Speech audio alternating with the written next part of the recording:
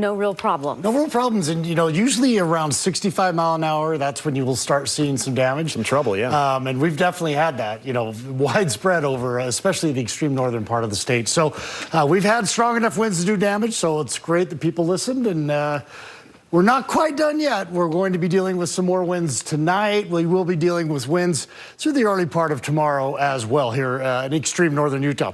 Okay, here's the overall pattern. We have this low pressure down here, basically over Southern California. You can see this high pressure up in the Pacific Northwest, and it's in between those two features. You can see the clockwise motion around the high, counterclockwise around the low. And right in between there, you can see the winds that move across northern Utah. We get those downslope winds, and that's what causes those really strong winds. The other thing, this low pressure is pulling moisture into southern and central Utah. We've had a really stormy day, a lot of snow, over 2 feet of snow around Bryan Head. And you can see this is pulling up to the north, but with that high pressure there, it can't make its way into northern Utah. So dry in northern Utah, windy but dry, and then southern Utah, a really busy day as far as the precipitation.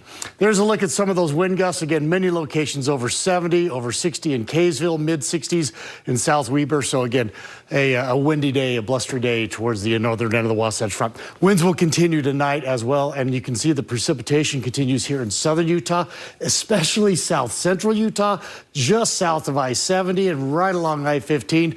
Heavy snow at times through the higher elevations of south central Utah. So winter storm warning is in effect through tomorrow evening in the areas in pink, and a winter weather advisory is in effect through tomorrow evening for the areas in purple. So we are not done. We are going to see more snow tomorrow in southern Utah. For northern Utah, wind advisory continues. You can see for the northern end of the Wasatch Front in the Cache Valley through about midday tomorrow. So we'll see some tapering off in the afternoon. Temperatures in the upper 40s right now, and you can see those showers in southern Utah. Again, the precipitation will continue tomorrow.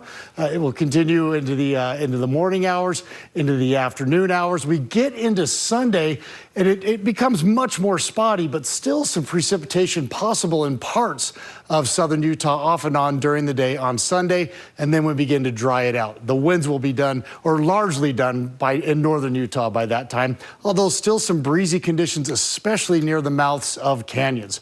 Temperatures tomorrow in the 40s and 50s through central Utah, and precipitation basically south, off and on south of I-70. You look at southern Utah, again, a busy day, upper 30s, low 50s in Hanksville, upper 50s around St. George. 7-day, we break out of it into the low 60s, upper 60s, and low 70s by the middle of next week. Now for northern Utah, temperatures you can see in the low 50s around Logan, mid 50s in West Valley. We will have those decreasing winds in the afternoon, near 60 along the Wasatch Front here in Salt Lake City.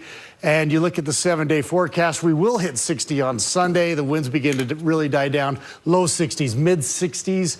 By Thursday, Friday, we see a return of some clouds, but still temperatures right there in the 60s. So feels like spring. Nice. Stellar.